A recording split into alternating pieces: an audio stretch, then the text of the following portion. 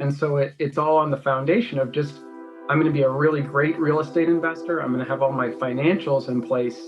And then I can be intentional about upgrading the health, safety, the social impacts, the affordability, the energy efficiency, the carbon, the stormwater runoff, native plantings. I mean, all of the different dimensions of this very specifically green actions you could take for that property to make it a little greener, a little greener, a little greener. Then you'll have some breathing room. You'll have some freedom to make choices. And that's what you're talking about the compound effect in the long term. But it's all built on a foundation of, you got to know your stuff.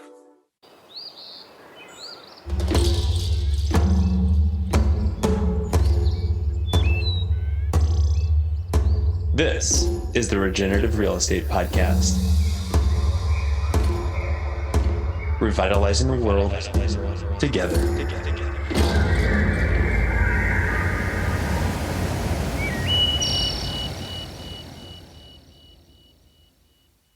Welcome to the Regenerative Real Estate Podcast. This is your host, Neil Collins. It is a show that is supported by our work at Latitude Realty. In it, we explore our natural and built environments and how they can be used as a force for good. The show sets out to inspire impactful ideas, meaningful change, human wellness, and ecological restoration through interviews and easy-to-digest conversations. Our guests range from industry leaders to iconoclasts, from both well-known figures to everyday people leading extraordinary lives. This is a show for people looking for education and inspiration on how real estate can be done differently. Hey everybody, welcome back to the Regenerative Real Estate Podcast. I'm really looking forward to introducing today's guest, Seth Nowak out of Madison. Seth, welcome to the show. It's great to be here with you, Neil. Seth, I want to give the listeners just a taste of our conversation that we had last week. We got introduced by a mutual colleague, and he had said, "Hey, you should reach out to Seth because he is doing green real estate investing work." And we got on the phone, and I think an hour was up after a couple of minutes, and I just was floored with your background and the work that you've done, and that you're currently doing. And I see a lot of parallels with our work, not only on just a philosophical level, but even on a real estate investing level. And so I really want to start with Seth. What's your background? Give us an insight into who you are. Sure. Well, I do, as you called it, green real estate investing. Could call it sustainable or regenerative. But what I do is I buy rental properties, usually relatively small ones, 1 to 4 unit residential rentals or group houses, and operate them. So my purchase is from a green perspective, and my management and my ultimate goal with the properties is to reduce carbon, to have care for the people who live there. They're all affordable relative to the market across the board. We've got 26 residents right now in 5 properties around Wisconsin. And how I came here to this mission of building a portfolio of green rental properties started decades ago when I was working as an employee in a multifamily affordable housing. And these were cooperative, nonprofit affordable housing group houses, essentially, so where it was organized. And I did that for many, many years with student housing, senior housing, community and family affordable housing. But the thing that really shaped me and shaped my philosophy of what I'm doing now, as my cat tries to get the window blinds open, is to see things. I had so much interaction with the residents. And so effectively, my boss was the board of directors, which was elected by the people who lived in the houses. And I also lived in one of the co-op houses. So for many, many, many years, I was right there with people who couldn't pay their rent, roommate disputes, everything that happens in society, all becomes like very immediate when you're living with a group of other people, 10 to 20 other human beings and you're eating meals together. You've got common space. Somebody doesn't clean the bathroom, it becomes an issue for somebody who needs a really sanitary house. All of these things, just the human experience of living with people. And some people are graduate students, from a privileged background. Other people were just barely trying to make ends meet, working for a living. People had addictions, so it was like out there in the community, real life happening, and how do we provide housing for each other? And those were the people that were my employer. So my job was to help everything run smoothly. And people were really concerned about things like the environment, so we would compost, we had gardens, we had solar hot water, we would pay attention to the efficiency of our water heater, to insulation. Recycling was always a thing.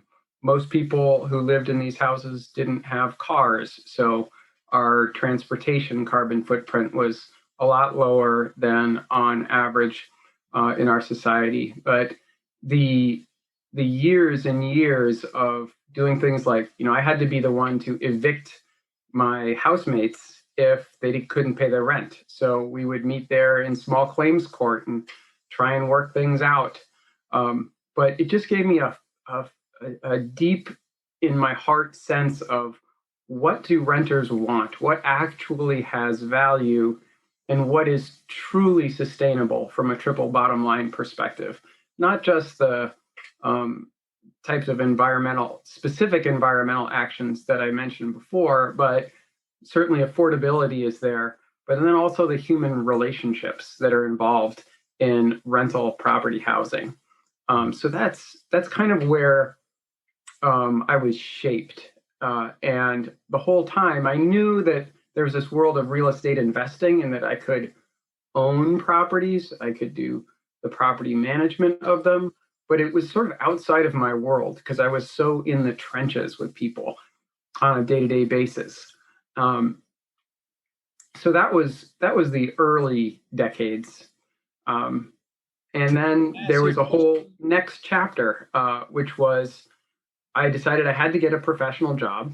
And so I went back to grad school and I studied energy analysis and policy. And I went to work for essentially a think tank, a research nonprofit in DC, doing energy efficiency program and policy analysis.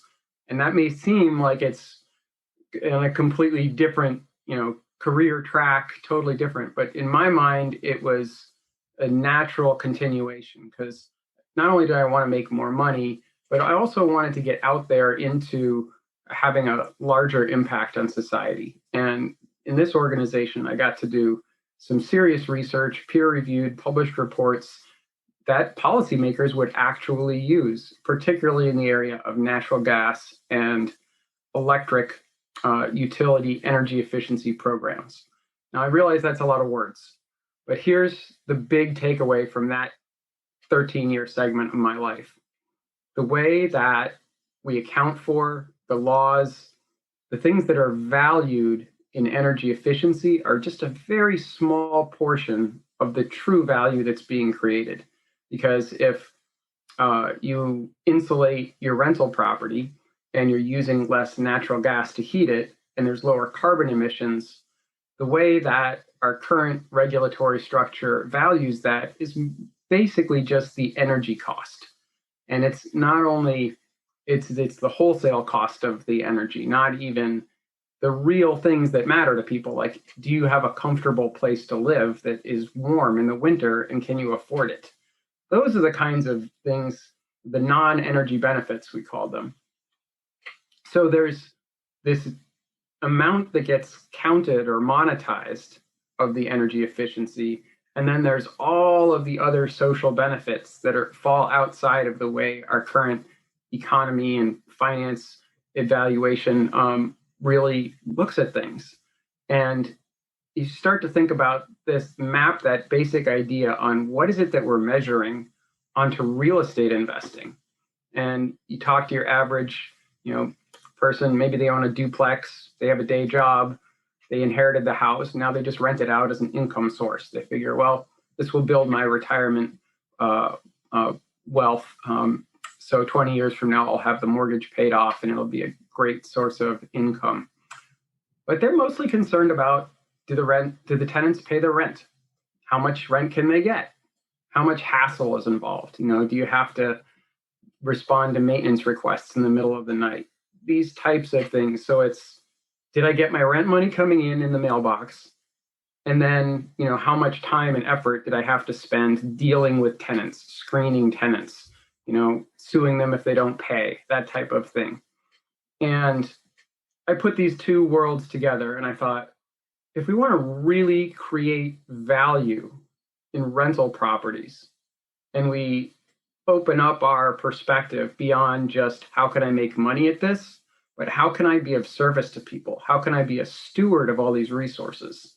Because if you really simplified it down, if you're a renter and you work for a living, you're not building asset value, you're not building equity.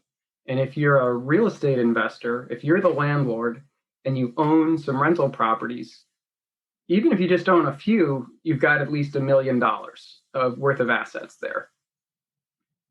And you also have this opportunity to make a difference for people.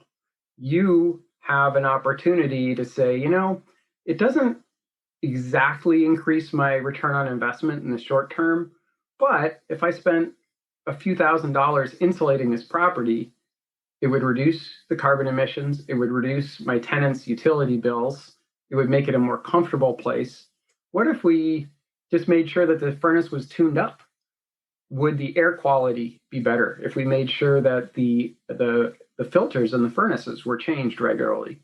And I started to see this expansive view of all of the different ways that we could increase value in the experience of the renter, in the quality and the longevity of the property itself, the asset value.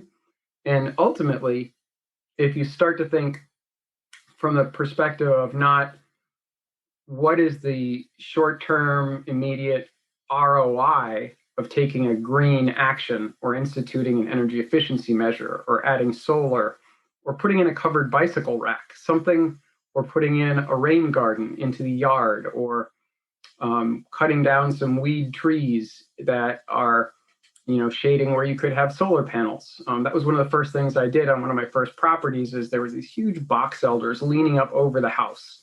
And if we had one ice storm, it would have just taken out half the house. So I paid somebody to climb up there with a chainsaw and take them out. And then I put in the solar, which has since paid for itself entirely. But now, by renting out the upstairs unit here, I can go to this person and say, I'm paying all the utilities. The rent is lower than any comparable studio apartment you could get. More than half of, or it's actually about 40% of our electricity comes from our own solar panels, and the rest goes out onto the grid.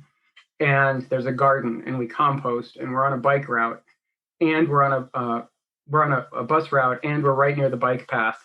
Plus, we're 2 blocks from a grocery store, so it's a super walkable place. You start to think about all the different green dimensions and the value that I'm providing for someone. As it turns out, in this particular property, they just renew year after year after year because I'm actually providing this. Really, it's an opportunity for me to give something to somebody. But here, if you look at it from the strictly financial point of view, even though I'm undercharging for rent, by having that person paying me this money every month, they're totally covering my mortgage, principal and interest, and insurance costs. So it just totally changed the financial equation of this investment. It's just a two-unit small house.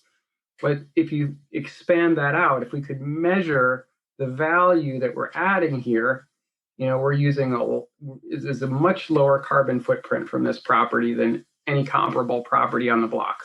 And by reducing all of the stress, like if I was to maximize the rent and then charge the higher utility bills to my upstairs tenant, in the long run, how much more likely would I be to have somebody who couldn't pay?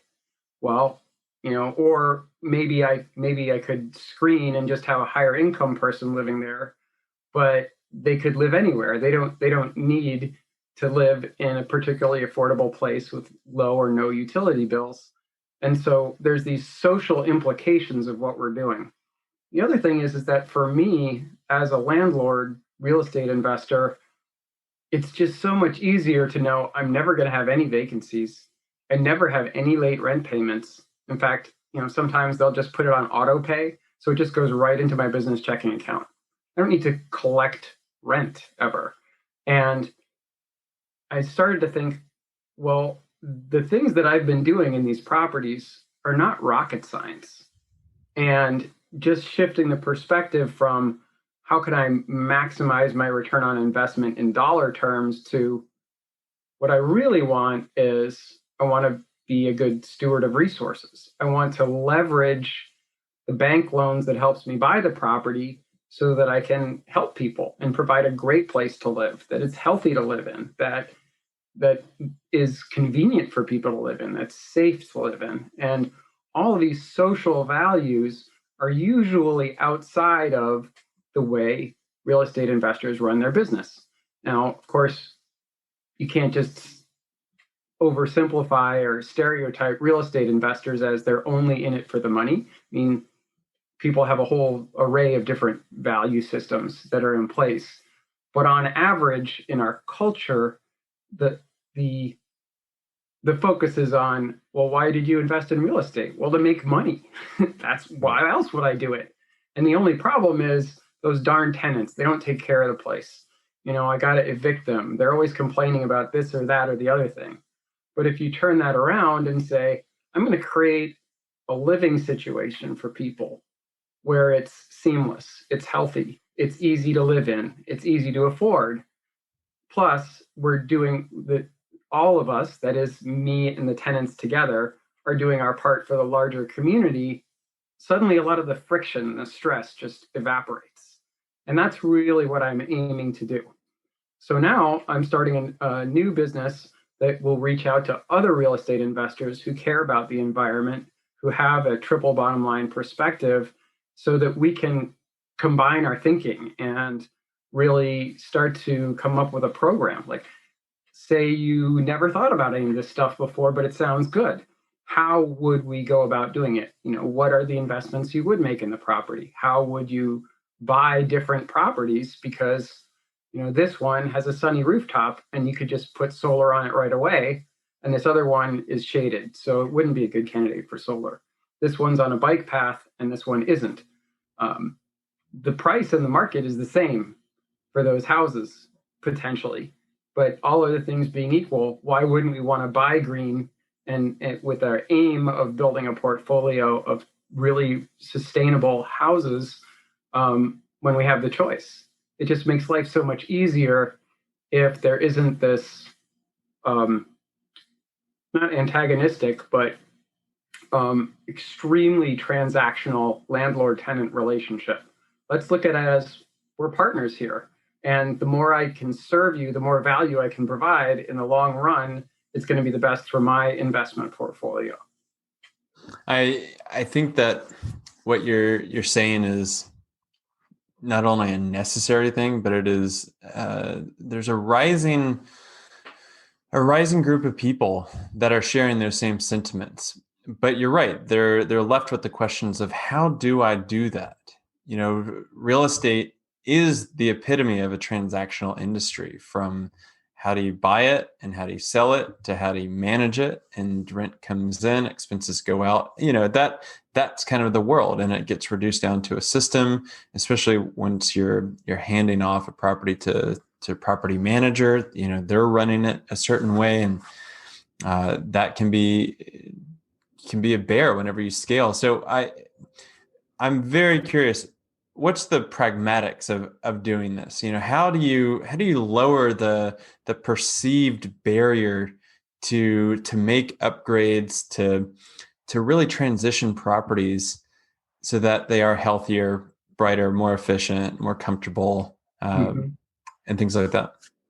Well, the starting point for me, and I created this acronym, which is, you might have heard of continuous and never-ending improvement from the total quality management movement in the manufacturing world, where you start to measure things and then you say, well, how can we go like 1% better on this metric or that metric? And I just changed that to be continuous and never-ending sustainability improvement. So it starts out with, well, what are your goals?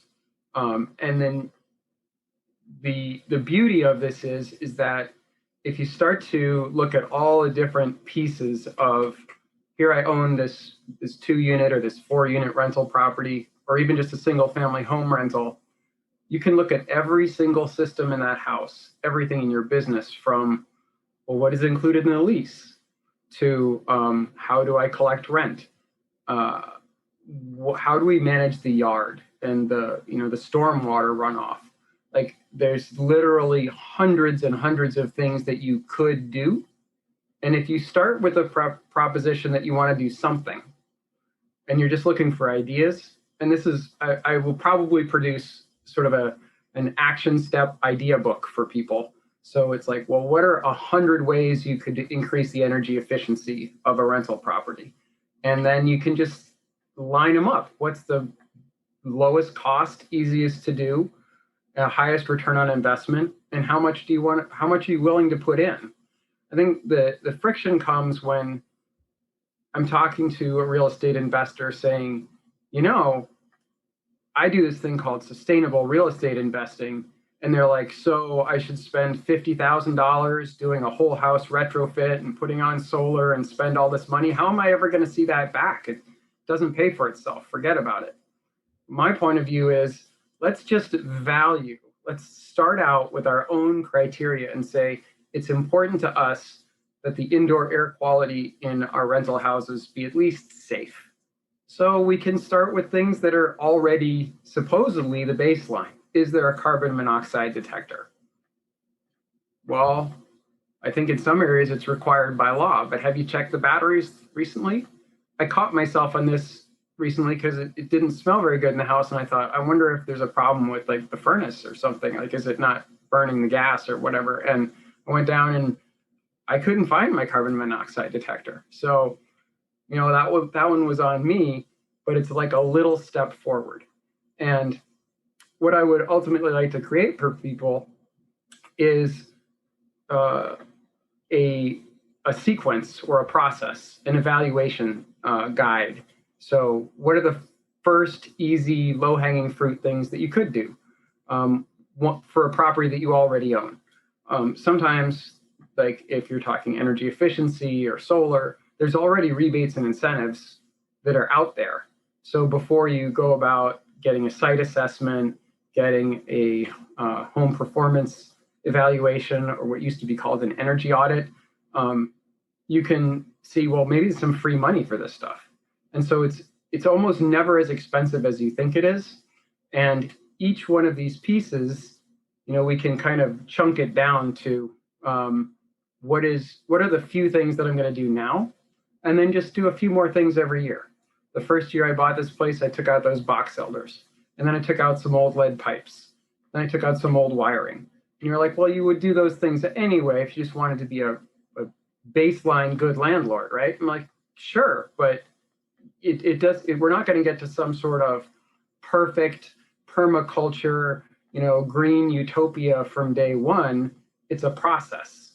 And as the years go by, then I had the home performance assessment, and they gave me a list based on what's the payback period for these various investments. So I definitely insulated the attic right away and had the top plate sealed and put some foam around the top of the basement foundation, and just did the things that they recommended. Cost a few $1,000s, and much to my chagrin, it didn't really reduce the heating cost very much. And I'm here in Wisconsin, so you would have thought that all that insulation and work on the building envelope would have been a big payoff, or at least somewhat of a payoff. But no, the only real difference is that the house is more comfortable now. And I'm okay with that. Because if you've got things like this in the budget, over time, you have a more and more valuable, a better place to live for people, even though you could say, well, I spent this much. I want at least 20% profit by the next year on each investment. And that's the kind of limiting thinking that a lot of real estate investors are trained in. I mean, I've been to real estate investor trainings where they literally say, remember, you're not buying houses, you're buying numbers. The only thing you should focus on is what is my stream of rental income versus my operating costs. And just have those blinders on all the time. And I'm not saying that you shouldn't maximize revenue because you're an investor, but it's incredibly freeing when you start to open it up and look at more criteria and take a longer term perspective. And that you start to think about, well, if I'm viewed as a really good landlord, people will want to rent from me. But if I'm viewed as stingy or just doing the bare minimum, I'm not going to get as much love from my tenants. And as an independent landlord, that kind of thing makes a big difference, having just the relationships with people. So if I'm starting out with how can I make this a better place to live, what are the range of 100 different things that I could do, then that gives me a lot more freedom to move rather than having to just worry about, well, if I spend $5,000 on insulation, I won't have as much in my reserves for next year. It's like, well, as you go along and you make the property better and better, more and more sustainable, you put in higher, because often energy efficient appliances tend to be fancier appliances, and yeah, they cost more up front, but then you don't have to replace them as often. So if your old furnace dies, you might want to pay an extra $1,000 and get a better, even if it's just a little bit more efficient, it's going to be a better piece of equipment. And then you won't have to give us as much time and attention in the future. Hey everybody, this is Neil. We are going to get back to this great conversation in just 1 second. But I think it's fair to say that right now we are facing some pretty unprecedented challenges in the 21st century. I mean, you name it, environmentally, socially, economically, we've got some big problems that we need to overcome. And that's why, for me personally, and the people that work with us at Latitude, we want to dedicate our time and our energy so that we are not only working to put food on the table and a roof over our heads, but also make the world a better place. And so if you are at all interested in combining your sustainability values with a very powerful financial model of real estate, then I highly encourage you to check out what we are doing at Latitude. We are creating something truly special with a tribe of change agents that for now is working across North America. And hopefully one day in the future, with you coming on board, we can be working across the globe. So please check us out. You can go to www.chooselatitude.com, or you can find us on social media at latitude.realty on Instagram, and we are also on Facebook. Okay, let's get back into it. Yeah. And this is the parallels between our work and what you're doing. And I want to really underscore for the listeners that you're not talking about, hey, I'm just frivolously spending money and I'm not expecting a return on it. You're actually looking multidimensionally at return. And I really, I come from ownership of a growing property management company that we really dove into these issues. And for us, what we had to do was flip the metric to put what is our vacancy rate as kind of the ultimate thing, that if you can dial that in to get it as low as possible, a lot of these other benefits fall into place of how do you decrease your expenses on a property. Well, it means that you are putting in better quality appliances and things that aren't going to break and cause you to, have to go deal with an issue on Thanksgiving Day, or you are treating your residents a little bit better and not as just chattel in the system. And something that you did point out is, you're not having to constantly turn over a rental unit every single year. And that's pretty significant, that if you're decreasing your vacancy, which a lot of people do not account for, because new investors, especially, they get into the business and they're instructed, I need to create a pro forma. What's the income on it? And then what are my monthly expenses going to be? What's my debt service from the mortgage? And the leftover bit is going to be my cash flow. But the hidden factor in all that is that they rarely take into account vacancy, or they just boil it down to like, oh, what's the industry average? But if you never have a vacancy, or what I love is like there are places out there that they have put this kind of approach forward. And not only do they receive fewer vacancies and turnovers, but they have waiting lists. And it's incredible to see, wow, if you want to boost a pro forma, then you need to create a very desirable place to live. And I do think the big X factor in all of that is how to communicate those benefits to your residents. How do they know? I mean, if you have the energy efficiency, indoor air quality, lower utility bills, and all that, and you're not able to talk about that, and you're not putting that forward in your marketing, then you will have a bit of a rub there. What are you doing to really communicate how you're doing it different from other properties and landlords? Well, I'm not sure if my experience necessarily maps onto other people because I haven't had to advertise for the last 9 years. I just never have to.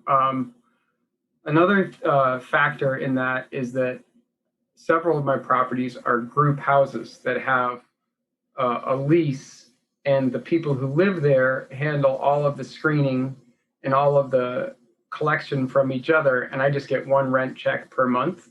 And then I have a multi-year lease for those groups. So they have a lot more control over the property, and yes, a lot more responsibility for it. But some of these places are in Milwaukee. I live in Madison. I don't want to have to be driving back and forth, checking up on details, handling minor maintenance. I just give them they end up paying less individually to the house in rent. And because it's a group house, they have more human beings per cubic foot. So it ends up being way less expensive. But then they get to run it almost like a giant family type of operation, or it's almost like a co-op kind of thing. Some people shovel the snow, some people, will, if there's scuff on the wall, they'll get the paintbrush out and take care of it. But if it's major maintenance, I'll get the call and I'll just get the furnace fixed. So there's no advertising required. I just create such desirable places that, in fact, my upstairs person here, she's been here for 7 years or so, and she's working on her PhD, right? So she just keeps renewing every year, right? One more year. And she said, this year I wasn't going to stay, but coronavirus, I'm going to stay. And next year, I promise I'll find you somebody really good to move in. So I don't know anything about advertising. The best advertising is just providing something that's extremely valuable for people, and then maintaining integrity with what they can expect from you. I guess the other thing I would say is, as far as signaling and communicating, is on this house, I've got a non-standard rental provision, which has no legal standing or teeth to it whatsoever, but it's just a paragraph saying, we're trying to live sustainably here. We try to use our resources well. I think it has this vague aspirational language like we strive to protect the earth and that kind of thing. And does it actively mean anything in practice? Probably not. But it's one of the first things that somebody sees when they sign the lease. They're like, oh, there's this paragraph here, and it says, there is a compost heap in the backyard. If you want to put your food scraps in it, you could do that. And I think there's a sort of a cumulative effect that, and this might sound a little bit woo-woo, but my philosophy is that if you really are committed to creating a certain type of living environment for people, and you just take action on that year after year, that somehow people will sense that. They will sense that you're genuinely trying to do something that's different, and that will come to them by osmosis or some, or I don't know, maybe it's magical thinking, but um, I think that especially if you have multiple properties and you've been doing this for a while, that there's an effect where people can start to see the overall ways that your properties are different than the ones next door or down the street. Yeah, oh, man, I've actually even pushed back on other podcast guests saying, this sounds a little woo woo. I think it is all about the energetics that you're putting out there and in the compound effect that comes back from that. You did say that this is a process. And for the listeners, it is a process. This goes for your rental properties. It goes for your house. That a lot of people come to us and they say, well, show me a regenerative property. I'm like, it is not just hey, let's go out and I'll show you just thousands of sustainable and regenerative properties. But I can show you features on every single property that, hey, this is something that you can focus on, or here's a list of things. And even whenever you're managing a portfolio of rental properties, for the people that want to go do that you're doing, having a list of future items that you're going to put on there for continuous improvement of, you don't have to take out that inefficient furnace and upgrade your dishwasher and your microwave and your refrigerator and all these things all at the same time. But if one goes out, if you have a turnover, if you've got, the refinance, if you've got that schedule, you can have that continuous improvement. And I have never heard of anybody really combining the system of continual improvement that was really popularized by Japanese auto manufacturers with rental property. So kudos to you on really bridging that link, and I think that it really does show up into something unique. And I love that you're doing it, and I love that you're seeing the tangible results on the back end. I mean, to have a resident stay for 7 years and then find their replacement is truly incredible. Like that's progress for sure. And there's some contextual factors that I think are very important, and I want viewers to have this in mind, is that it starts with, you have to know what you're doing as a real estate investor first, and buy deals where there's some room, where there's some real profit. If you're cutting it close and if you're, you buy a place below market value and you have a lot of rehab to do, if that rehab goes over and you want to have this as a long-term rental, suddenly you don't have as much equity in there to begin with. So knowing all the fundamentals of being a really good manager and an astute real estate investor, and understanding the financing and the acquisition strategies can set you up so you have enough breathing room so that you can have that $5,000 for the energy efficiency, or $10,000 in cash to put up solar on a house that otherwise you'd be like looking for some sort of special program to help cover the upfront cost. But if there's wiggle room in your budget, you can get ahead of things. You can pretty quickly establish this is a healthier place to live. And I'm not saying that we should be greenwashing, but some of these things are more visible than others to tenants. Most people, even like hardcore environmentalists who want to rent a place, they're concerned about the location, how many bedrooms, does it look nice, how much closet space is there off-street parking, just very pragmatic things. And they could be as big a tree hugger as I am, and they won't even think to ask, what are the carbon emissions of this rental house compared to the average? Like, I mean, maybe like 1 in 1,000 people will get that wonky about it, but for the most part, it's a less direct process. And so it's all on the foundation of just, I'm going to be a really great real estate investor. I'm going to have all my financials in place. And then I can be intentional about upgrading the health, safety, the social impacts, the affordability, the energy efficiency, the carbon, the stormwater runoff, native plantings. I mean, all of the different dimensions of this very specifically green actions you could take for that property to make it a little greener, a little greener, a little greener, then you'll have some breathing room. You'll have some freedom to make choices.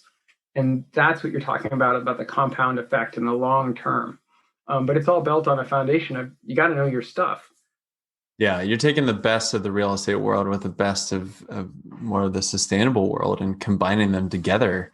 And I work a lot with in the policy circles as well, of just what are municipalities doing to incentivize this behavior. And they do talk a lot about equity and access, and a lot of talk recently has been about the field of equity in terms of a tenant or a potential tenant knowing what the utility costs are going to be for that rental unit. And what frustrates me so much is that policymakers are so disconnected from the pragmatics of rental real estate that it's almost like you're speaking a different language. And recently we had an experience of listening to municipal policymakers and council members say, how do we get landlords to make energy efficient upgrades? And the prevailing solution was, we're going to carry a really big stick and create a policy to whack them if they don't do that. And we're going to give them a 5-year runway to do it. And you just have to scratch your head as a property owner and say, that's the best you can come up with. Right. Is that the best that you're going to come up with? Because not only are you going to have a lot of disenfranchised landlords out there and property owners that are, they do see it as this is another cost that's added on top. You might get disinvestment in your community, which has been happening in very policy heavy places. But it's just like, why are they failing to see you can carry a stick or you can carry a carrot? And how do you enable change at that level? That's one step above the boots on the ground, the rental property owner, to how do we do this on a municipal level? And so I do think that the work that you're doing now with your portfolio should certainly, these perspectives need to rise up and inform greater policy making to show that, hey, I can do this at affordable rent prices, provide a clean indoor air environment, but also have these positive externalities towards the environment, into the community, Mm-hmm. and really go through a cycle of investing in our local communities. So that's why I love what you are doing and what you stand for. And I can't wait to see where you go with this, because it is vital. It is not just homeowners that can make the difference of increasing energy efficiency or sustainability, or even going beyond and looking at regenerative practices that they can do with their properties. That it's rental properties, it's commercial properties, it's land, it's agriculture. Like it all webs in together. Absolutely. Yeah. Well, Seth, where are you going to go from here? I'm really curious. Like, are you going to scale things up? Are you going to continue to do what you're doing? Or I think the absolute key is to make some contacts and get into some real life conversation with other investors who are on the same wavelength about what we're talking about here. So I'm sure that there are hundreds of people like me who own some rentals, who really care about the environment and are looking for just what you asked. How do we make this real? Like, what are the steps we take? How far can we go? How can we maximize the benefits that we're providing for the tenants, for the community, as well as for our business? Because it is a business, and that's part of sustainability, is can you make money at it in the long run? And that I want to generate a bit of a community effect here, so that we can start to have a green real estate investor mastermind group, and to pool this knowledge. And I will be producing things like 100 green steps you can take for your rental property. And another thing that's pretty clear to me is that it's not just a single niche of identically minded green real estate investors, there's all different types. I mean, some people come at it from a more intellectual standpoint. They're thinking about smart homes and home energy management systems and getting very engineering about how they do it. And other people are like, they just want to have happy relationships with their tenants and help people. And they're more of a warm-hearted kind of emphasis in their green philosophy. And other people are out the adventure of it. One real estate investor I know, he bought a property in Mexico down near Acapulco and was creating this eco resort. And that was the exciting part for him, is like, let's do sustainable actions, but also something that's adventurous and fun and exotic. And so there's all these different places that investors are coming from. And I'm looking to help each of them. Like, well, what would be the most empowering steps for them to expand their portfolio and for the measurable results of it? Because ultimately, the environmental part will outlast our individual relationships with tenants and the current economics of the situation. We need to be thinking about if we're going to have a massive amount of regenerative and sustainable rental properties, millions and millions of them, because we actually want to protect the soil and the air and use resources wisely and create a housing stock where people are going to be living for 10, 20, 30, 50, 100 years. And it's going to be a healthy, life-enhancing place for them to live. It's these larger visions that start to happen when we combine our knowledge and we start to work together. So I mean, for me, the key is really starting to reach out and get in contact with people, and we can build these pathways and these resources together. Oh, yeah, I think that's so exciting. And I love that you really broke it down of the array of interest of people that are getting into this.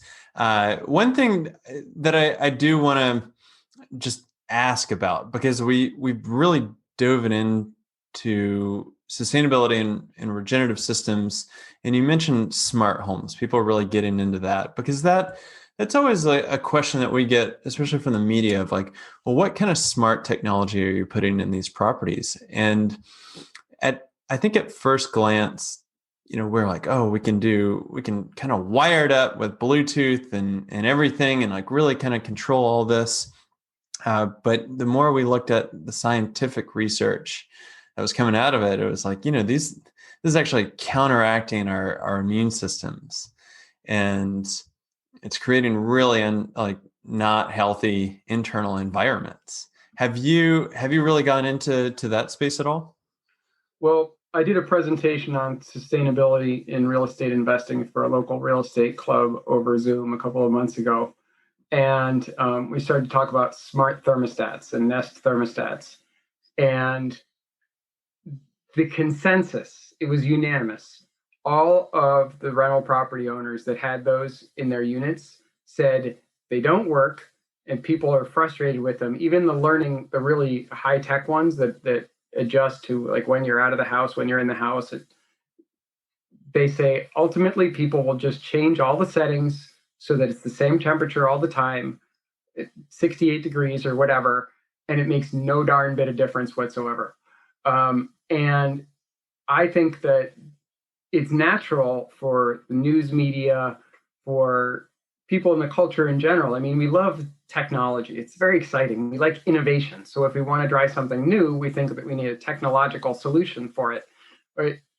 Almost across the board, like in my group houses, it's half the energy use per person, but that's just because we put more people in what used to be a gigantic, excessively large single-family home. Everybody has much more affordable housing, and they want to live there.